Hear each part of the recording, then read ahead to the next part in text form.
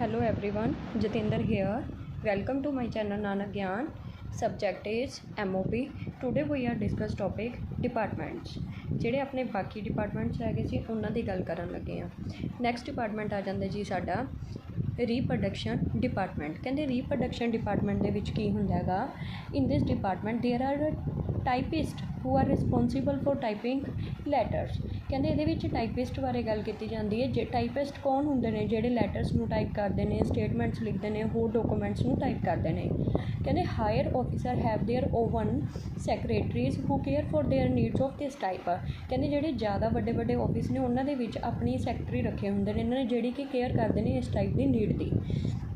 Next ਆ ਗਿਆ ਜੀ ਸਾਡਾ ਮੇਨ ਇਹਨਾਂ ਦੇ ਵਿੱਚ ਨੈਕਸਟ ਆ ਗਿਆ ਜੀ ਮੇਲ ਡਿਪਾਰਟਮੈਂਟ। ਮੇਲ ਡਿਪਾਰਟਮੈਂਟ ਦਾ ਕੰਮ ਕੀ ਹੈ ਕਿ ਕਿਹਨੂੰ ਅਸੀਂ ਮੇਲ ਭੇਜਣੀ ਹੈ, ਕੀ ਸਾਨੂੰ ਲੈਟਰ ਆਇਆ, ਕਿੱਥੋਂ ਅਸੀਂ ਰਿਸੀਵ ਕੀਤੀ ਹੈ, ਕੀ ਅਸੀਂ ਓਪਨ ਕਰਨਾ ਹੈ।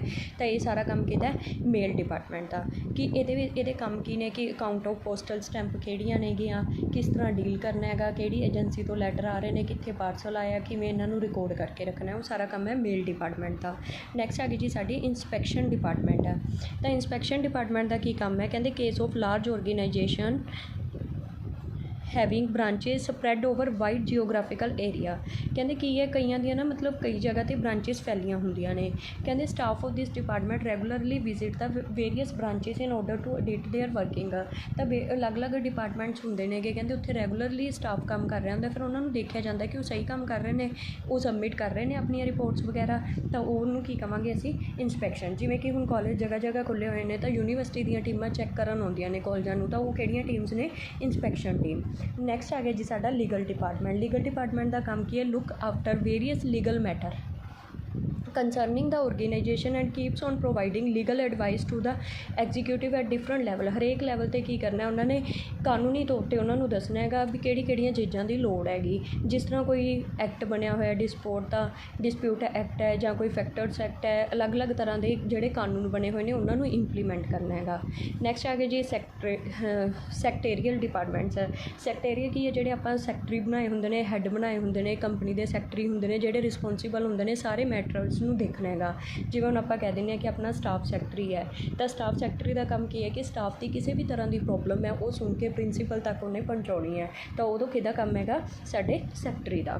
ਨੈਕਸਟ ਆ ਗਿਆ ਜੀ ਪਬਲਿਕ ਰਿਲੇਸ਼ਨ ਡਿਪਾਰਟਮੈਂਟ। ਇੱਕ ਪਬਲਿਕ ਰਿਲੇਸ਼ਨ ਡਿਪਾਰਟਮੈਂਟ ਕੀ ਹੁੰਦਾ ਹੈਗਾ, ਕਹਿੰਦੇ ਡਿਪਾਰਟਮੈਂਟ ਰਿਸਪੋਂਸੀਬਲ ਹੈ ਮੇਨਟੇਨ ਕਰਨਾ liaison with the general public. ਕਹਿੰਦੇ it keeps on disseminating vital information about the company ਦੇ ਬਾਰੇ ਦੇ ਵਿੱਚ ਸਾਰੀ ਇਨਫੋਰਮੇਸ਼ਨ, ਬੈਟਰ ਇਮੇਜ ਬਣਾਉਣੀ ਕੰਪਨੀ ਦੀ ਕਿ ਹਾਂ ਸਾਡੇ ਕੋਲ ਇਹ ਚੀਜ਼ਾਂ ਨੇਗੀਆਂ ਅਤੇ ਇਹ ਕੰਪਨੀ ਬਹੁਤ ਵਧੀਆ ਹੈਗੀ। ਤਾਂ ਉਹ ਸਾਰਾ ਕੰਮ ਕਿਹਦਾ ਹੈਗਾ, ਪਬਲਿਕ ਰਿਲੇਸ਼ਨ ਡਿਪਾਰਟਮੈਂਟ ਦਾ। ਅੱਗੇ ਆ ਗਿਆ ਸਟਾਫ ਰੀਕ੍ਰੀਏਸ਼ਨ ਡਿਪਾਰਟਮੈਂਟ। ਇਹ ਦੇਖਦਾ ਡਿਪਾਰਟਮੈਂਟ ਰਿਸਪੋਂਸੀਬਲ ਹੁੰਦਾ ਹੈ ਕਿ ਅਸੀਂ ਹੈਲਥ ਵਾਸਤੇ, ਵੈਲਫੇਅਰ ਵਾਸਤੇ, ਸੇਫਟੀ ਵਾਸਤੇ, ਵਰਕਰਸ ਵਾਸਤੇ ਵੀ ਵਰਕਰਸ ਨੂੰ ਕੀ ਦੇ ਰਹੇ ਹਾਂ। And is headed by welfare officer who insure proper canteen facility ਮਿਲ ਰਹੀ ਹੈ ਬੱਚਿਆਂ ਨੂੰ ਜਾਂ ਸਟਾਫ ਨੂੰ ਮਿਲ ਰਹੀ ਹੈ, ਵਰਕਰਸ ਨੂੰ ਪ੍ਰੋਪਰ ਰੂਮਸ ਵਗੈਰਾ ਹੈਗੇ ਨੇਗੇ, ਟੈਲੀਵਿਜ਼ਨ ਲੱਗੇ ਹੋਏ ਆ, ਗੇਮਸ ਹੈਗੇ ਨੇ, ਸਾਰੀ ਫੈਸਿਲਿਟੀ ਪ੍ਰੋਵਾਈਡ ਕਰਨ ਦਾ ਕੰਮ ਕਿਹਦਾ, ਸਟਾਫ ਰੀਕ੍ਰੀਏਸ਼ਨ ਡਿਪਾਰਟਮੈਂਟ ਦਾ। ਨੈਕਸਟ ਆ ਗਏ ਹੋਰ ਇਸ ਤੋਂ ਇੰਪੋਰਟੈਂਟ ਨੇ ਔਰਗੇਨਾਈਜੇਸ਼ਨ ਐਂਡ ਮੈਥਡਸ ਡਿਪਾਰਟਮੈਂਟ। ਕਹਿੰਦੇ ਇਸ ਦੇ ਵਿੱਚ ਕੀ ਹੈ ਕਿ western countries and as well as USA and Japan to increase the efficiency of organisation and independent O&M department constitute ਬਣਾਏ ਨੇ ਉਹਨਾਂ ਨੇ। ਕਹਿੰਦੇ ਇਸ ਦਾ ਪ੍ਰੋਸੈਸ ਕੀ ਹੈਗਾ, ਕਿਸੇ ਵੀ ਡਿਪਾਰਟਮੈਂਟ ਤੋਂ ਲਾਈਕ ਫੈਕਟਰੀ ਤੋਂ ਸੇਲ ਡਿਪਾਰਟਮੈਂਟ ਹੈ, ਠੀਕ ਹੈ ਜੀ। ਕਹਿੰਦੇ ਇਹਦਾ ਮੇਨ ਏਮ ਹੁੰਦਾ ਹੈਗਾ ਕਿ ਰਿਡਿਊਸ ਕਰਨਾ ਐਕਸਟਰਾ ਵਰਕ ਨੂੰ, ਜਿਹੜਾ ਕੋਈ ਐਕਸਟਰਾ ਵਰਕ ਹੈ ਉਹਨੂੰ ਖ਼ਤਮ ਕਰਨਾ ਹੈਗਾ, ਠੀਕ ਹੈ। ਇੰਡੈਕਸਿੰਗ ਆਫ ਵਰਕਿੰਗ ਮੈਥਡ, ਕੰਮ ਦੀ ਕੀ ਕੀਤੀ ਹੈ, ਇੰਡੈਕਸਿੰਗ ਕੀਤੀ ਗਈ ਹੈ। And to make flow of work smoothly, ਕਿ ਸਾਡਾ ਜਿਹੜਾ ਕੰਮ ਹੈ ਉਹ ਵਧੀਆ ਚੱਲ ਸਕੇ ਸਹੀ ਤਰੀਕੇ ਦੇ ਨਾਲ। ਟਰਾਂਸਪੋਰਟ ਦਾ ਵਿੱਚ ਕੀ ਹੈ ਕਿ ਜਿਵੇਂ ਹੁਣ ਆਪਣੇ ਕਾਲਜ ਦੇ ਵਿੱਚ ਟਰਾਂਸਪੋਰਟ ਦਾ ਸਾਰਾ ਕੰਮ ਕੀ ਹੈ, ਟਰਾਂਸਪੋਰਟ ਦਾ ਡਿਪਾਰਟਮੈਂਟ ਬਣਿਆ ਹੋਇਆ ਹੈਗਾ। ਤਾਂ ਕਹਿੰਦੇ ਇਹ ਕਿ ਇੱਕ ਇੰਪੋਰਟੈਂਟ ਡਿਪਾਰਟਮੈਂਟ ਹੈ ਜਿਸ ਦੇ ਵਿੱਚ ਸਾਨੂੰ ਬੱਸਾਂ ਦਾ ਪੂਰੀਆਂ ਸਾਡੀਆਂ ਕਿੰਨੀਆਂ ਬੱਸਾਂ ਨੇ, ਕਿਹੜੇ ਰੂਟ 'ਤੇ ਕਿੱਥੇ ਜਾਂਦੀਆਂ ਨੇ, ਕੀ ਉਹਨਾਂ ਦਾ ਖਰਚਾ ਹੈਗਾ, ਸਾਰਾ ਕੁਛ ਉਹ ਕੀ ਹੈਗਾ ਵੀ ਡਰਾਈਵਰਸ ਦੀ ਡਿਊਟੀ ਕੀ ਹੈ, ਪ੍ਰੋਪਰ ਰਿਪੋਰਟ ਹੈ, ਉਹ ਸਾਰਾ ਕੰਮ ਕਿਹਦਾ ਟਰਾਂਸਪੋਰਟ ਡਿਪਾਰਟਮੈਂਟ ਦਾ। ਹੁਣ ਕਹਿੰਦੇ ਡੇਂਜਰਸ ਆਫ ਡਿਪਾਰਟਮੈਂਟੇਸ਼ਨ ਦੇ ਸਾਨੂੰ ਕੀ ਖਤਰੇ ਨੇਗੇ, ਠੀਕ ਹੈ ਜੀ। ਸਭ ਤੋਂ ਪਹਿਲਾਂ ਕਹਿੰਦੇ contact is almost a neglected identity after departmentation कहते it tones the function of control and planning. ठीक है जी, कहते कॉन्टैक्ट मेन सब तो वड्डी प्रॉब्लम है। ठीक है जी, सैकेंड आ गया departmentation uplifts the standard of the management that also enhances the office cost. ਕਹਿੰਦੇ ਡਿਪਾਰਟਮੈਂਟ ਦੀਆਂ ਜਿਹੜੀਆਂ ਮਤਲਬ ਸਟੈਂਡਰਡਸ ਬਣੇ ਹੁੰਦੇ ਨੇ ਤਾਂ ਉਹ ਆਫਿਸ ਦੀ ਕੋਸਟ ਨੂੰ ਕੀ ਕਰਦੀਆਂ ਨੇ, ਵਧਾਉਂਦੀਆਂ ਨੇ। ਕਹਿੰਦੇ this increase gap between the top management and the general workers. ਅਤੇ ਜਿਹੜੇ ਆਪਸ ਦੇ ਵਿੱਚ ਟੋਪ ਮੈਨੇਜਮੈਂਟ ਅਤੇ ਵਰਕਰ ਕੰਮ ਕਰ ਰਹੇ ਨੇ ਆਪਸ ਦੇ ਵਿੱਚ ਕਾਫੀ ਗੈਪ ਰਹਿ ਜਾਂਦਾ ਹੈਗਾ। ਤਾਂ ਜਿਹੜੇ ਮਤਲਬ ਮਿਡਲ ਮੈਨ ਨੇ ਉਹ ਅੱਗੇ ਦੱਸਦੇ ਨਹੀਂ ਹੈਗੇ ਵੀ ਅਸੀਂ ਕਿਹੜਾ ਕੰਮ ਕਿਸ ਤਰ੍ਹਾਂ ਕੀਤਾ ਹੈ। ਕੋਆਰਡੀਨੇਸ਼ਨ ਦੀ ਪ੍ਰੋਬਲਮ ਆ ਜਾਂਦੀ ਹੈ डिपार्टमेंटेशन च। कहते to get the goal of efficiency one department may act against the other benefits. एक डिपार्टमेंट काम करी जाऊगा कि असी बेनीफिट लै लीए, दूजा डिपार्टमेंट कहूगा असी प्रॉफिट लै लीए, तो इदां दी प्रॉब्लम आ जाती है। ये डेंजर्स ने।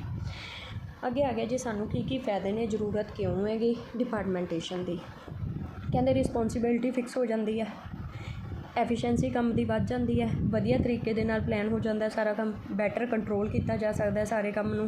जो भी साडा बजट है, इन्नी कोस्ट है भी उसनूं असीं ध्यान च लैके काम करना हैगा। नैक्सट आ जाता है साडा जी बेनीफिट ड्यू टू स्पैशलाइजेशन। भी मतलब की है कि डिवीजन की होंगी है काम की, कि ये बंदा इस विच स्पैशलाइज है तो उसनूं उहदे अकॉर्डिंग काम दिता जाता है। ठीक है, तो फिर उन्होंने एप्रीशिएट किया जाता है। ये सौखा हो जाता भी किन्ने काम वधिया किया, उन्होंने नोट डाउन किया जाता है।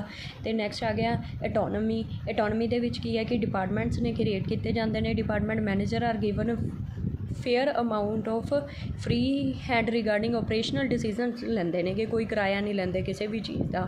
ठीक है जी, थैंक्स।